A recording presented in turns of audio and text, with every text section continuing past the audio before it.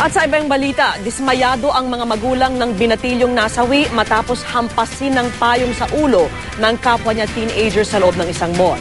Pinayagan kasi ng korte na makapagpiyansa ang dalawang suspect sa krimen. May saksi exclusive si Emil Sumangil.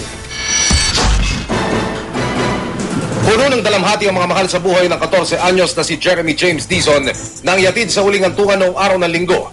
Namatay ang binatilyo sa hinang pamumuo ng dugo sa utak at cardiopulmonary arrest matapos satawin ng payong sa ulo ng isa ring teenager sa loob ng isang shopping mall.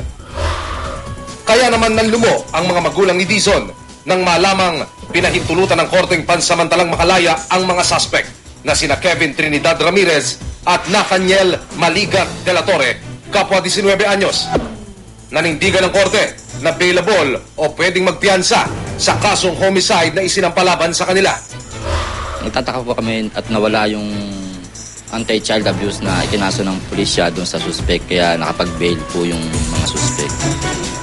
Hanggang sa kahuli-huli ang sandali ng laban na ito o kaso ng anak ko, hindi kami titigil. Kaya ang gusto lang kasi namin ay mabigyan siya ng katarungan. Yun po ang pinangako namin sa aming anak, abang nililibing po siya na gagawan po namin lahat ng paraan. Kahit na mahirap lang po kami at wala po kaming kakilala, lahat po gagawin po namin, may paglaban lang po yung kamatayan ng anak ko. Mabigyan ng hustisya. Ako si Emil Sumangil, ang inyong saksi.